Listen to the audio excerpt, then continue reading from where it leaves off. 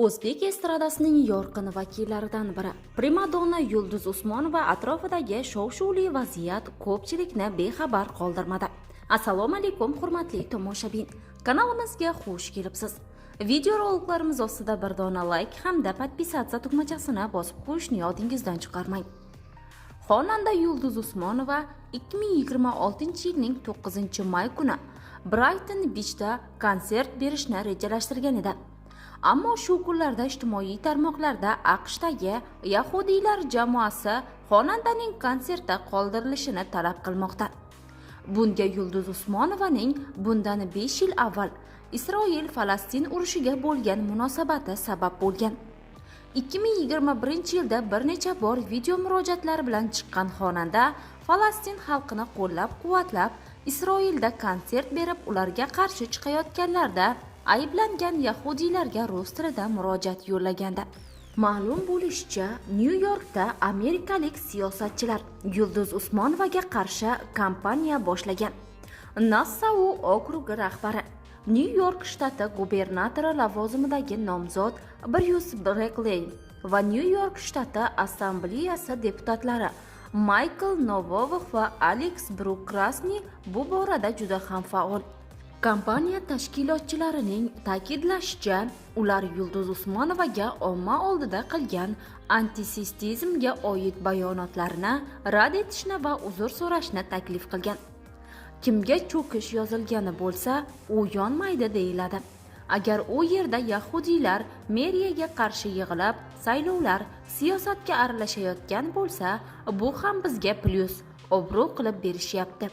Mayli, ular qarshi turaversin. Ammo agar siz yahudiylar, sionistlar meni kechirim so'raydi deb o'ylasangiz, qattiq adashasiz, deydi Yulduz Usmonova. O'zbekiston xalq artisti o'z fikrida qat'iy turishi, zo'ravonlikka qarshi ekanligini qo'shimcha qildi. Men o'z fikrimda qat'iyman. Men zo'ravonlikka qarshiman. Bu birinchidan. Ikkinchidan, Falastin doim ozod bo'lsin. Bu ularning yeri. Tushunyapsizmi? Men doim takrorlayman. Balki siz qadimiy xalqdirsiz, lekin siz yangi mamlakat, Isroilsiz. Amerika bu Isroil emas. Tushunyapsizmi? Shuning uchun o'zingizni xo'jayin deb o'ylamang. Butun dunyoning o'z xo'jayinlari bor va bu aslo siz emassiz. Balki siz banklarni, boshqa narsalarni boshqararsiz, lekin dunyoning ko'zi ochilmoqda. Biroz kuting. Siz butun dunyoni o'zingizga qarshi qilib qo'ydingiz, dedi u so'zlarida. Shu bilan birga Yulduz Usmonova yahudiylar o'z harakatlari bilan asl basharasini ko'rsatayotganini, ularga hech kimdan kechirim bo'lmasligini aytdi.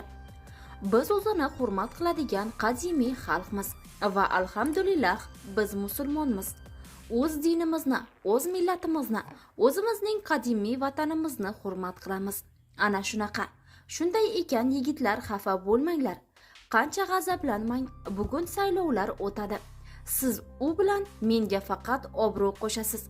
Hatto qiladigan ishingiz yo'qligidan hammangiz menga qarshi yig'ilganingizga xursand qildi. Demak, men sizlarning yaxshigina qimirlatib qo'ya olaman.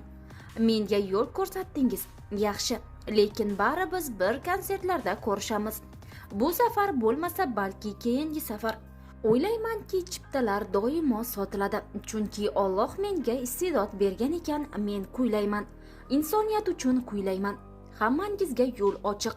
Adolat esa inshaalloh g'alaba qozonadi, deydi Yulduz Usmonova o'zining bergan intervyusida.